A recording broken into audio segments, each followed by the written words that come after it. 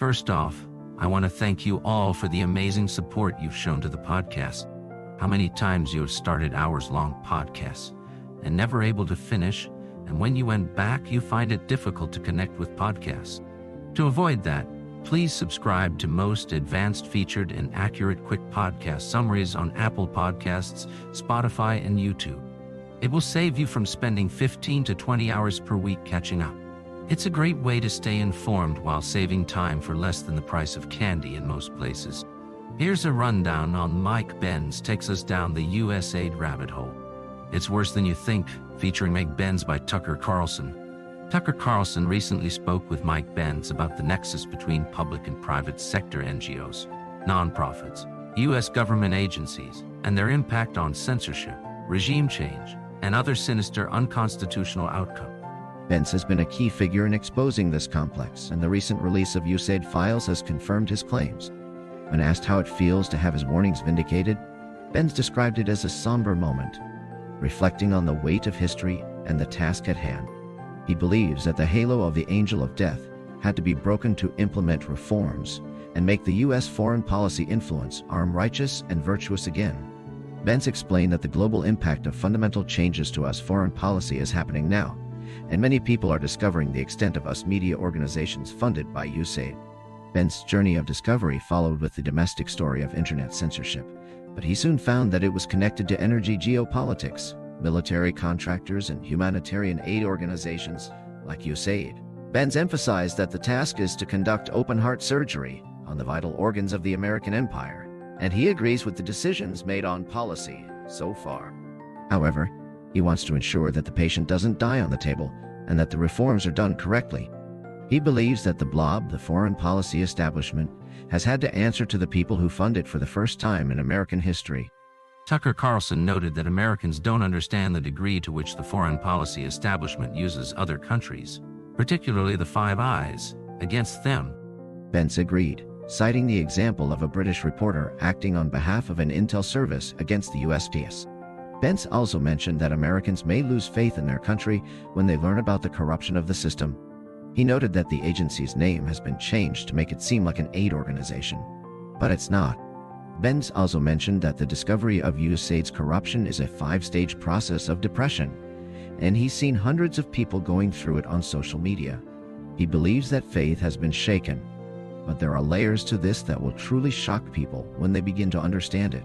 Benz fundamentally believes in a soft power and soft power projection, but he thinks that the current system is corrupt and needs to be reformed. Benz noted that many people came into the MAGA and nationalism movement because they cared about their local communities, but they never had to think about the global implications of US foreign policy. As they learn more about the depths of depravity of the blob, Benz feels that he's in a hard position, trying to lead the charge to break the blob's halo, while also believing that it shouldn't be vanquished entirely. He thinks that the U.S. foreign policy influence arm is like family, and it needs to be reformed, not destroyed. Murphy claimed on live TV that the U.S. was responsible for toppling a government, and this was only possible due to U.S. pressure and support for the movements on the ground. This incident is being linked to Victoria Nuland's speech, where she bragged about the $5 billion in aid given to Ukrainian civil society organizations, which later led the charge against the government. Nuland's speech was sponsored by ExxonMobil and Chevron, highlighting the influence of big U.S. corporations. There's a sense of unease about the role of USAID and the State Department in promoting U.S. interests abroad. The conversation turns to the example of Bangladesh, where the U.S. was involved in a military coup and color revolution. The plan also involved funding Bangladeshi rap groups to produce songs and music videos that would sow resentment against the government and encourage street protests. Make Benz agrees, highlighting the need for a larger vision about the role of U.S. foreign policy and the need to get rid of the shortcuts provided by USAID. The conversation raises questions about the morality and effectiveness of U.S. foreign policy and the influence of big corporations and NGOs in shaping global events. Make Benz pointed out that the same tactics used in Bangladesh to destabilize the government were also used in the U.S. during Trump's first term. Carlson wondered if this was all by design, and Make Benz agreed that it was. Make Benz also mentioned that USAID gave funding to various projects, but Carlson was more interested in the bigger picture, wondering if the U.S. was funding Nazis. Make Benz clarified that the U.S. never funded Nazis, but Carlson was skeptical, citing the example of Charlottesville, where white nationalists marched with candles, and the next day it was used to delegitimize Trump. Make Benz saw this as a similar template to what USAID does in other countries. Make Benz believed that the reforms happening in the US were a no-brainer, and that the breaking of the firewall between foreign policy and domestic policy was a huge concern. Carlson agreed, and Make Benz pointed out that the US was never supposed to use its foreign policy hounds to bite the owner who feeds them. Make Benz also mentioned that the US had a contentious relationship with Venezuela during Trump's first term, and that there were Americans in Venezuela working to overthrow the government. Make Benz gave an example of how the State Department and USAID might put out a request for proposals to NGOs to capacity build civil society institutions and activists in Venezuela. Carlson pointed out that this was a cynical and self-serving decision, and Make Benz agreed that aid was a dirty deed. Carlson and Make Benz discussed how to defeat the deep state, with Carlson suggesting that supporting the Heritage Foundation was one way to do it. Make Benz agreed, but also pointed out that the U.S. had a moral obligation to make a straightforward and honorable case for its foreign policy goals, rather than using underhanded tactics. Carlson agreed, citing the example of January 6th, which he believed was an op by the Dod. Make Benz pointed out that the national consciousness was being raised about USAID's activities, and that people were starting to see the connection between foreign and domestic policy. Carlson agreed, and Make Benz mentioned that the U.S. was corrupting itself by using underhanded tactics in its foreign policy. Carlson pointed out that this was not the American system, and that it was corrupting the country. Make Benz believed that the reason there was little transparency about USAID was that it was too dirty for the CIA, and that if the U.S. got the USAID files, people would want to abolish the agency altogether.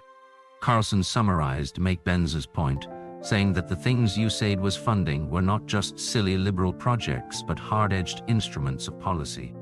Make Benz agreed, and pointed out that the personnel at USAID were mostly Democrats, but that the agency's actions were destabilizing. Carlson and Make Benz discussed how the U.S. was intentionally showing disunity and instability around the world, and Make Benz pointed out that this was shameful. Carlson wondered if people really wanted this, and Make Benz explained that people didn't fully understand how products arrived on the shelves around them. He mentioned Milton Friedman's pencil example, but was cut off before he could elaborate. This scenario highlighted the need for a mechanism to influence foreign governments and populations to ensure access to essential resources. The discussion touched on the role of the CIA in infiltrating unions during the Cold War, and the importance of understanding the interplay between national and global interests. The conversation also delved into the topic of USAID and its dual-purpose nature, where every program must advance U.S. national interests in some way. The conversation turned to the topic of censorship and the use of violence, including incarceration, as a means to achieve U.S. interests. But could be a front for covert operations. The discussion highlighted the need for policymakers to understand the scope and spectrum of U.S. aid and its dual-purpose nature. Tucker Carlson posed the question of whether the U.S. economy can continue to prosper without wrecking other people's countries. The response was that this is a microfractal portion of a larger argument that will play out in every industrial sector and region. The conversation touched on the topic of regime change and the use of terrorist groups or extremist groups to achieve U.S. interests. The discussion turned to the topic of the deep state and its role in providing continuity in a democracy. The deep state arose in response to the need for longitudinal interests be represented regardless of who is in power.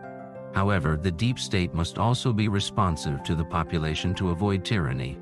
The conversation also touched on the corrupting effect of U.S. behavior abroad on the country itself. The example of Politico receiving $8 million a year from the government was cited as an example of the government's influence on domestic media. The distinction was drawn between public agencies paying for premium services from news websites and the affirmative sponsoring of media. The discussion highlighted the need for a fundamental reorganization of the way the U.S. carries out soft power and the importance of understanding the purpose and scope of U.S. aid. The conversation also touched on the topic of the MAGA foreign policy establishment and its potential to disrupt the status quo in foreign policy. The need for policymakers to understand the interplay between national and global interests was emphasized, as well as the importance of building permanent structures and networks in foreign countries. They were initially funded by the US government, or at least that's where the anchor funding came from, and now half of their funds come from a combination of USAID and the State Department. The US began funding this type of work over a decade ago, around the time of Yugoslavia, because they wanted to create a predicate to arrest political enemies of the State Department in the region by cooking up corruption scandals that prosecutors could use to arrest them. The problem is prosecutors don't know what to look for, and it's not necessarily politically feasible to prosecute someone who's got a halo on them. So the halo has to be broken by hit-piece news articles by investigative journalists who often get proprietary access to hacked documents. For example, the Aukiyar got special access to documents hacked from a computer and used that as the basis for the Panama Papers. They're reporters, so you can't ask them their source, but the interests align. They're targeting people who are targets of the US State Department, which happens to be funding them. One aspect of this scandal is how it plays out in US politics, specifically in the targeting of Trump. Aukiyar operation covers 7 or 8 countries, and they're supposed to dig up dirt on corrupt politicians and oligarchs in those territories. So, the State Department is funding mercenary media to dig up dirt on high-profile US citizens, which then gets used to impeach the President of the United States. Tucker Carlson points out that this is a huge problem, saying, "My tax dollars go to impugning my character and calling me a disloyal American. At a certain point, you're like, we kind of need a revolution." Benz adds that the Corruption Reporting Project gets half of its funding from the State Department, USAID, and the US government, and they have to submit what they're going to do in the year ahead. On the USAID website, there's a document on the Corruption Reporting Project that boasts about their accomplishments, including over $1 billion worth of assets seized and hundreds of policy changes in different government and civil society institutions. The document also mentions that they got several government officials to resign because of their state-sponsored media, including a president and a prime minister. Benz points out that this is the State Department bragging about the incredible volume of human beings whose lives and liberties have been taken from them because of sponsored hit pieces by the US government. Tucker Carlson asks, what do their families think? Right, and Benz responds that prosecutors use these hit pieces as the basis for criminal indictment. Tucker Carlson notes that the US becomes hated in the rest of the world by behaving this way. Benz adds that many foreign leaders are silent or relieved that USAID is being cut off, and that's because they don't want USAID institutions forced into their country as part of a compliance measure. Benz agrees that the DC he notes that congressmen in those districts have a vested interest in keeping USAID alive. Benz emphasizes that if the US cuts out the dirty deeds done by USAID, multinational corporations that form the bedrock of the stock exchanges and Chamber of Commerce may still have to deal with the economic impact. However, he notes that this will require thinking more creatively and doing a lot of surgery to reorganize the system. USAID and NED were at the forefront of this effort, using social media to mobilize street protests.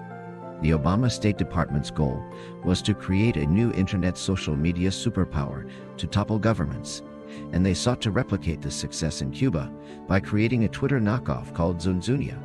However, this plan was met with resistance, as Cuba had banned US social media companies, calling them a tool of US imperialism. USAID contracted with a group called Creative Associates International to create Zunzunia, using humanitarian relief funds earmarked for Pakistan.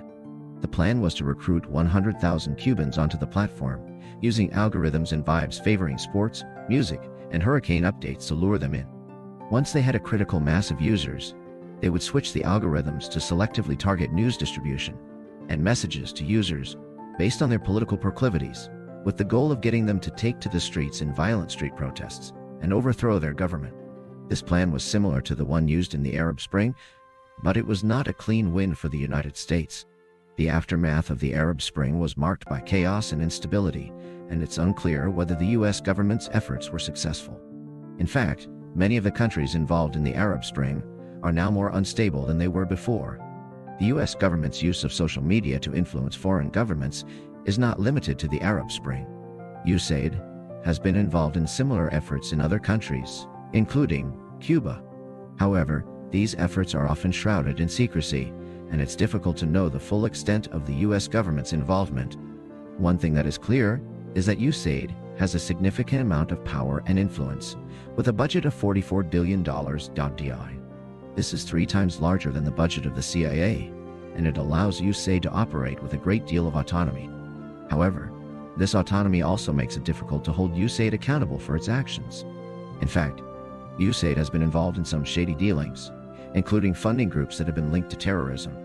For example, USAID has funded groups in Syria that have been linked to Al-Qaeda. This has raised concerns about the U.S. government's involvement in the region and its support for extremist groups. USAID has also been involved in the drug trade, with some of its partners advocating for the continuation of the heroin trade in Afghanistan. This has led to accusations that the U.S. government is involved in narco-terrorism, using the drug trade to fund its operations in the region. The scope of USAID's involvement in these activities is not well understood, and it's difficult to know the full extent of the U.S. government's involvement. However, it's clear that USAID has a significant amount of power and influence, and its actions have had a profound impact on the world. The question is, what will happen when these stories penetrate the public consciousness? Will the U.S. government be able to continue operating in the shadows, or will it be forced to confront the consequences of its actions? One thing is certain.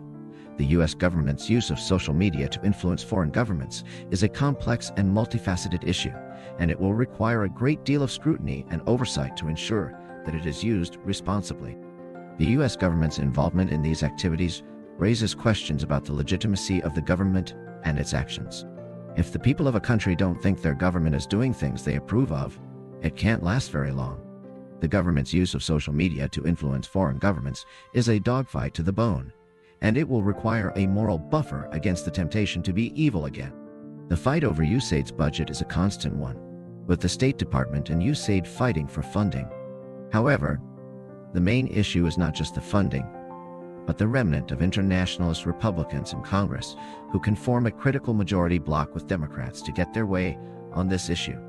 This means that the fight over USAID's budget will be a constant one, with the U.S. government's involvement in these activities hanging in the balance. Ultimately, the U.S. government's use of social media to influence foreign governments is a complex issue that requires a great deal of scrutiny and oversight. It's a dogfight to the bone, and it will require a moral buffer against the temptation to be evil again. The question is, what will happen when these stories penetrate the public consciousness, and will the U.S. government be able to continue operating in the shadows? It's mentioned that Lindsey Graham finally came out and said the strategic vision of the United States is the $14 trillion worth of natural resources. The conversation then shifts to the idea that relying on the humanitarian predicate for these actions allows voters to be deceived, and for them to then turn around and feel totally hoodwinked when they find out that, hey, why are you paying for the unions, the media companies, the things that are acting here on the homeland? The conversation then takes a turn with Tucker Carlson expressing his skepticism about the benefits of these actions. He remembers people muttering darkly about the purpose of the Iraq War in 2003 was to seize the oil in Iraq, but that didn't happen. He also mentions that it didn't happen in Libya, and he doesn't have a clear picture of the material benefits that we're receiving from this. Benz responds by pointing out the benefits to the stock price for Chevron and Exxon when the war broke out and the U.S. State Department strong-armed every country in Europe to divest from Russian gas, and they all were forced to buy expensive North American LNG. Their stock prices went to the moon, and they've had something like triple the profits, or something for a certain period of months following that.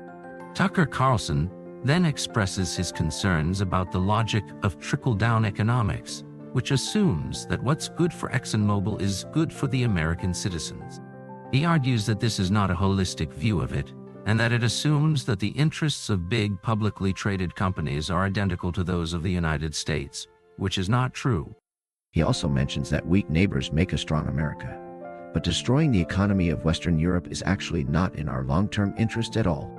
It just helps China, and it changes the balance of power globally east, which is not in our interest at all. Benz responds by pointing out the example of the Pepsi coup in 1973, where the U.S. overthrew the government of Chile, and 30 years later, files were declassified that showed that the chairman of the Pepsi-Cola company had lobbied the Secretary of State to that. He argues that this is an example of how multinational corporations can benefit from U.S. government pressure on foreign companies applied to them.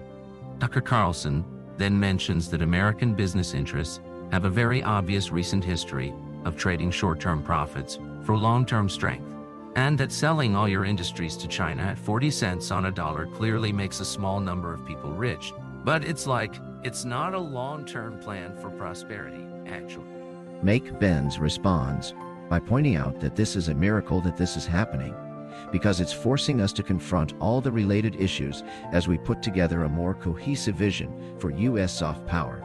The conversation then shifts to the topic of Black Lives Matter, and Make Benz mentions that USAID gave the Tide Center a $27 million grant, and that the Tide Center is one of the main NGOs that serves as the Black Lives Matter clearinghouse. He argues that this is an example of how USAID is deputizing groups to act as a sort of long arm of the State Department, and that they're getting $27 million for it.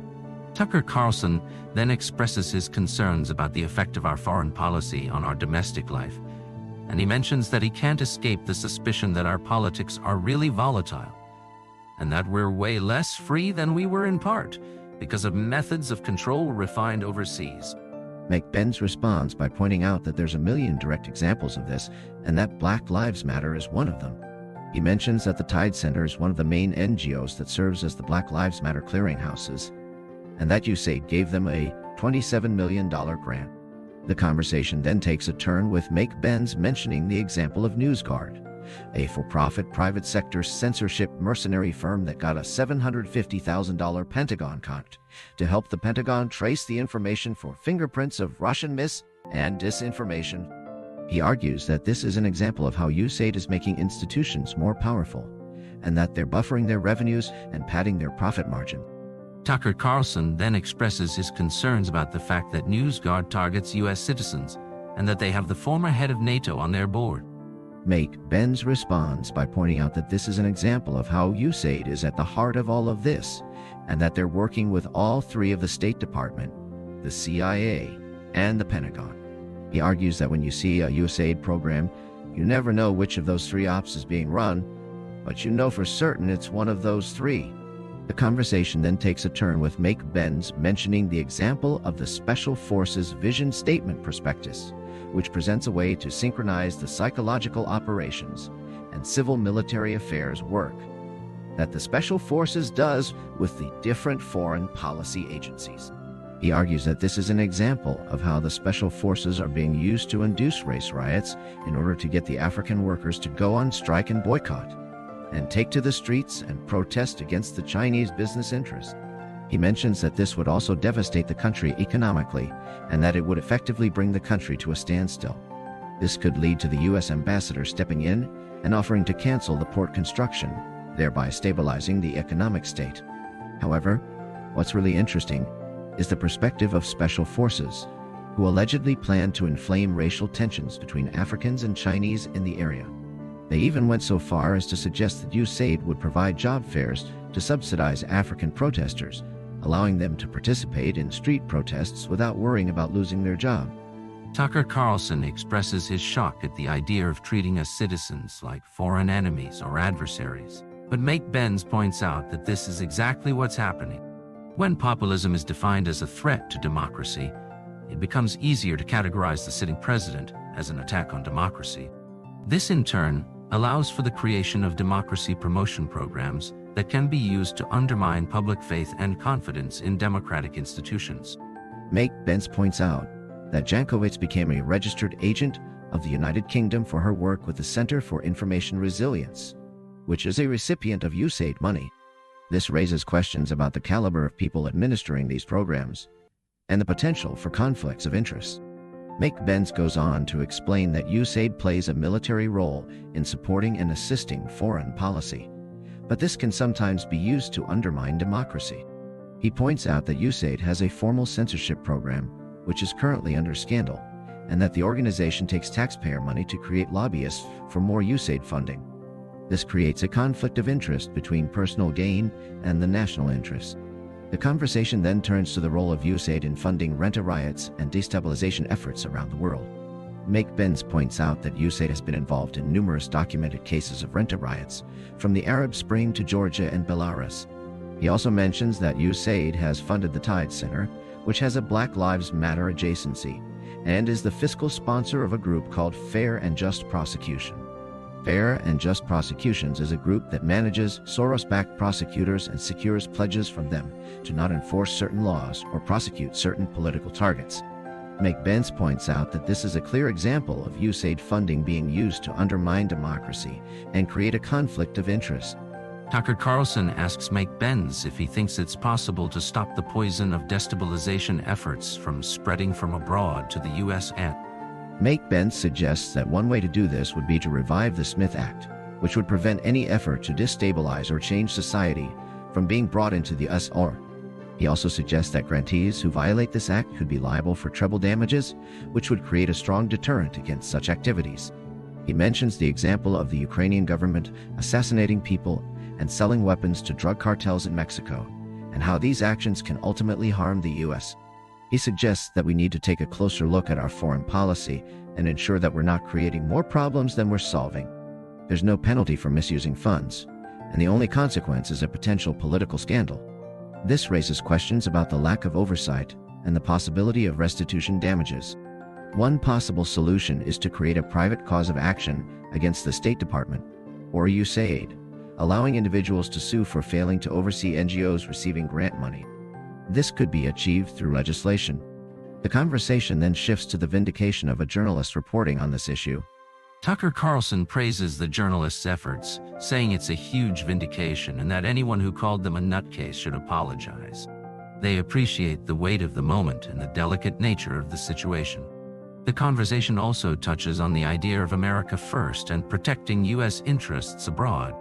Benz and Tucker Carlson seem to be on the same page, with Benz stating that they're on the side of U.S. interests abroad. Tucker Carlson expresses his disappointment and frustration, calling it immoral and urging viewers to subscribe to their channel and hit the notification bell to stay informed. This way, viewers can access true and unbiased information rather than relying on intentionally deceptive content. Thank you for tuning in. Please click follow button and just remember, subscription is only $1 per month. Leave a comment or review. Until next time, happy listening.